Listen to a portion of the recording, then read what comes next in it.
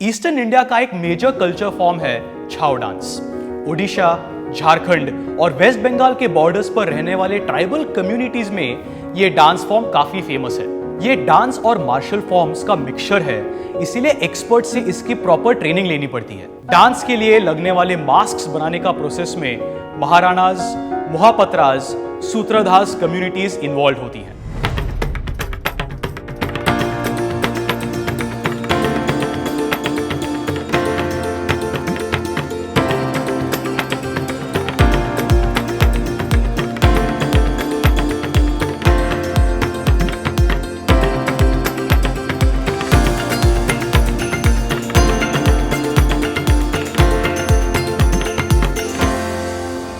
Hello friends, I hope you all are doing fine.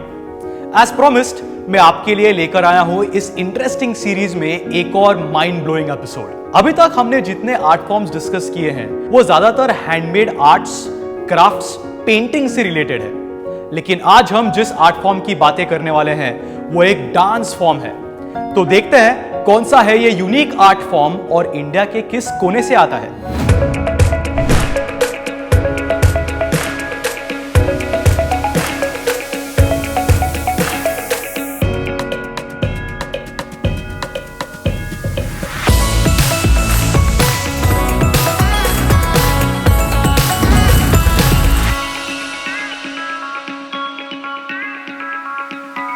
Chaitra पर्व में खास माना जाने वाला एक ऐसा ही आर्ट फॉर्म एंडेंजर्ड कैटेगरी में चला गया है।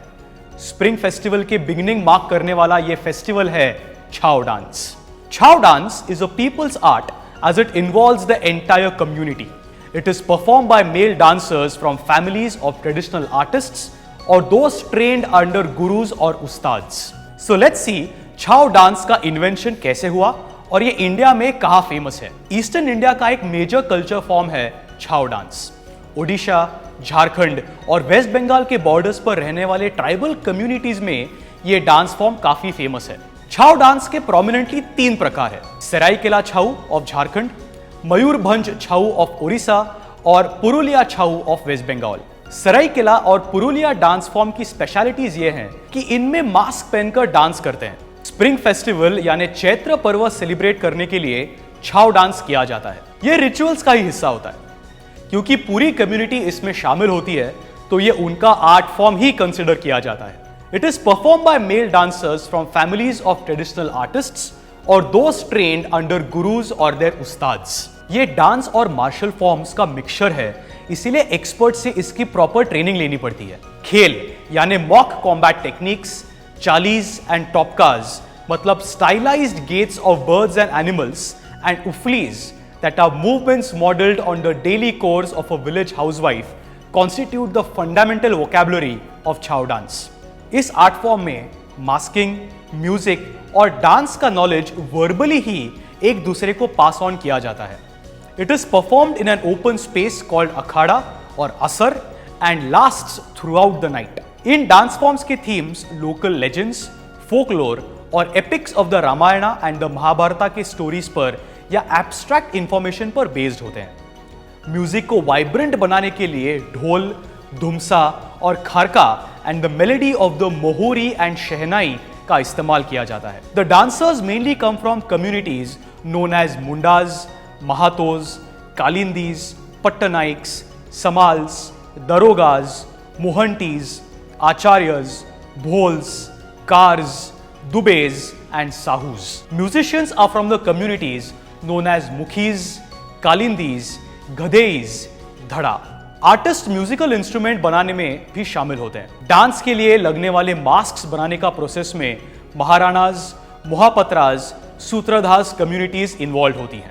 Chhau dance originated in the Kalinga region of India जो ओडिशा स्टेट में बसा हुआ है। छाऊ ये शब्द ओरिजिनली आता है छाया इस वर्ड से, जिसका मतलब है शैडो।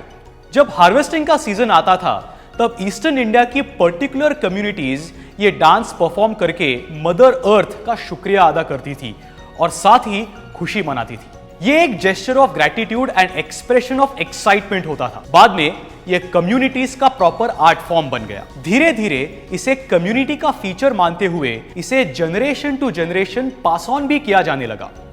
इस तरह ये डांस फॉर्म ईस्टर्न इंडिया की पहचान बन गया। आज भी कुछ ट्राइबल कम्युनिटीज इस डांस फॉर्म को ओकेजनली परफॉर्म करती है, लेकिन जितना पहले इस डांस फॉर्म को वैल्यू किया जाता था, आज उतना नहीं होता। अब इसे कभी कभी ही देखने मिलता है। नए जनरेशन्स को तो इन आर्ट फॉर्म्स के बारे में पता होना बहुत ही रेयर है। मॉडर्नाइजेशन की वजह से इन डांस फॉर्म का क्रेज कम हो गया है। जब इन पर्टिकुलर रीजन्स में टूरिस्ट विजिट करते हैं तब ये आर्ट फॉर्म देख पाते हैं। अदरवाइज अब ये डांस फॉर्म परफॉर्म करके ग्रैटिट्यूड दिखाने का और एक्साइटमेंट शेयर करने का जमाना अनफॉर्चुनेटली नहीं रहा। इस डांस फॉर्म में कई सारे इंस्ट्रूमेंट्स और प्रॉपर्टीज इन्वॉल्व है। उन्हें बनाने के लिए रिसोर्सेस, मैनपावर और फंडिंग की जरूरत पड़ती है। आज की तारीख में ये फंडिंग मिलना बहुत ही मुश्किल है, क्योंकि फंडिंग पाने के सोर्सेस ही इन कम्युनिटी के पास नहीं बचे हैं। आज टीवी और इंटरनेट पर आने वाले वीडियोस देखने में सब इतने बिजी हो गए हैं कि ऐसे डांस फॉर्म्स देखने के लिए ना ही किसी के पास वक्त है और ना ही ये किसी की प्रायोरिटाइज्ड चॉइस है। सालों से जितने आर्टिस्ट ये परफॉर्म करते आ रहे हैं, उनके लिए ये सिर्फ आर्ट नहीं बल्कि लाइफस्टाइल का बहुत इंपॉर्टेंट हिस्सा है। वो चाहते हैं लोग उनके आर्ट फॉर्म्स देखें और कुछ नहीं तो इसे प्रिजर्व करने में हैंड ऑफ सपोर्ट तो एटलीस्ट एक्सटेंड करें, लेकिन अनफॉर्चुनेटली ऐसा नहीं है।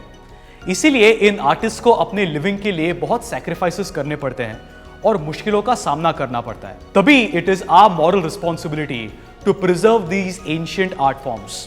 The least we can do is spread awareness about them and wholeheartedly appreciate them. So friends, कैसा लगा आपको इस छाव डांस फॉर्म के बारे में जानकर? I hope you feel empathetic towards artists too, and you will definitely try and watch them perform with your parents. So stay tuned to the next episode. Till then, don't forget to subscribe to our YouTube channel Mind Walls. Thank you.